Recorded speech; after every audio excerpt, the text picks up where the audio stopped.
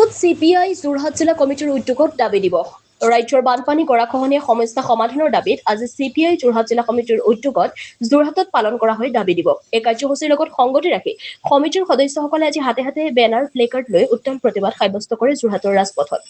প্ৰতিবাদী ৰাইজে যোৰহাট নগৰৰ মাজেদি সমদল কৰি যোৰহাট জিলা আয়ুক্তৰ জৰিয়তে ৰাজ্যৰ মুখ্যমন্ত্ৰীলৈ কেইবাটাও দাবী সম্বলিত এক স্মাৰক পত্ৰ প্ৰেৰণ কৰে।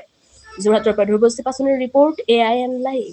২৬ আগষ্ট তাৰিখত সকলো ৰাজ্যজুৰি CPIM অৰ্থাৎ কমিউনিষ্ট পাৰ্টি অফ ইণ্ডিয়া মাৰ্ক্সবাদীৰ দাবী দিৱস পালন কৰা হৈছে। আজি আমি চৰকাৰৰ ওচৰত এই বান লৈ পেলাই যি দাবী আমাৰ এক লানি দাবী আছে, এই দাবী উত্থাপন কৰিছোঁ।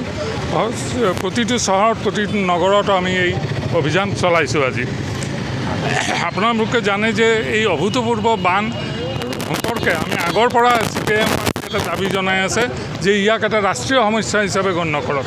এই ৰাষ্ট্ৰীয় সমস্যা গণ্য কৰাৰ যি দাবী, ই কোনো আৱেগিক দাবী নহয়, ই এটা যুক্তিপূৰ্ণ দাবী। অসমৰ বানপানী কিহৰ কাৰণে হয়?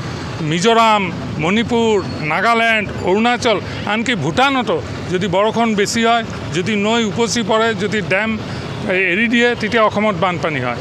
এই সকলো ৰাজ্য আৰু অন্য এটা বিদেশী ৰাষ্ট্ৰ ভূটান, তেওঁলোকৰ লগত কোঅৰ্ডিনেট কৰি বানপানীৰ সমস্যা সমাধান কৰিব লাগিব। সেই কোঅৰ্ডিনেশ্যনটো অসমৰ ওপৰত ঠেলি দিলে নহ'ব, ৰাজ্যৰ ওপৰত ঠেলি দিলে নহ'ব। এজন কেন্দ্ৰীয় মন্ত্ৰী ক'লে বানপানীৰ সমস্যা ৰাজ্যৰ সমস্যা, তেওঁলোকে সমাধান কৰিব, কিন্তু এইটো সম্ভৱ নহয়।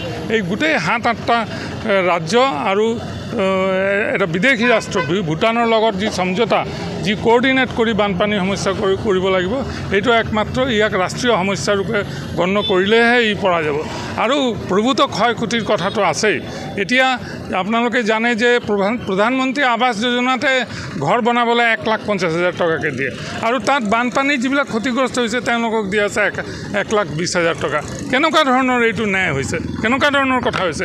আমি এইকাৰণে দাবী জনাইছোঁ যে ঘৰ যিবিলাক সম্পূৰ্ণভাৱে নষ্ট হৈ গৈছে তেওঁলোকক 10 লাখ টকা দিয়ক, যিবিলাক আংশিকভাৱে নষ্ট হৈছে তেওঁলোকক 5 লাখ টকা দিয়ক, আৰু যিটো পৰিয়ালত মৃত্যু হৈছে তাত 20 লাখ টকাকৈ চৰকাৰী সাহায্য দিয়ক, আৰু অনতিপলমে তাৎক্ষণিকভাৱে অন্ততঃ 1 লাখ টকা দিয়ক।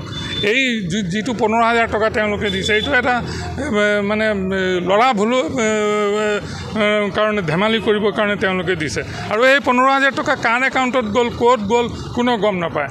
আমি বান বিধ্বস্ত অঞ্চলত আমি গৈছোঁ, আমি দেখিছোঁ যে বহুতকে সুধিছোঁ, তেওঁলোকে বহুতে এইবিলাক পোৱাই নাই। এই ধৰণৰ কথা নচলিব, আমি সহ্য নকৰোঁ। সেইকাৰণে আমি ওলাই আহিছোঁ এই দাবী লৈ পেলাই, আৰু এই দাবী লৈ পেলাই আমি আৰু আন্দোলন গঢ়ি তুলিম। আমাৰ পাৰ্টিৰ ফালৰ পৰা আমি জেগাই জেগাই ৰিলিফ কামৰ কাৰণে গৈছোঁ। তাত গৈ দেখিছোঁ যে অসমৰ ৰাইজে অভূতপূৰ্বভাৱে ৰিলিফ দিবলৈ ওলাই আহিছে, যিটো মানে আগতে মানুহে কল্পনা কৰিব পৰা নাছিলে যে ৰাইজে ওলাই আহিব। প্ৰায় 90% ৰিলিফটো অসমৰ ৰাইজে দিছে, চৰকাৰে ক'ত 10% দিছে কিনা সন্দেহ আছে। এই কথাবিলাক আমি ৰাইজৰ আগত আজি দাঙি ধৰিছোঁ, আৰু আমি চৰকাৰক আমি আবেদন জনাইছোঁ। আমি আজি এটা মেমৰেণ্ডাম দিম, এই মেমৰেণ্ডাম আমাৰ চিফ মিনিষ্টাৰক, মুখ্যমন্ত্ৰীক উদ্দেশ্য কৰি লিখা হৈছে। তাত আমাৰ সকলো দাবীবিলাক আছে। এই দাবী আমি আজি কোৰ্টৰ মুখত গৈ আমি থিয় হ'ম, তাত আমি এই দাবী উত্থাপন কৰিম, আৰু এই উত্থাপন এই ৰাজ্যত অসমত সকলো চহৰ, সকলো নগৰ, সকলো জেগাত একেলগে এই আজি 21 তাৰিখে এই দাবী দিৱস পালন কৰা হৈছে। যিকোনো খবৰ আৰু বিজ্ঞাপনৰ বাবে যোগাযোগ কৰক 7896121996।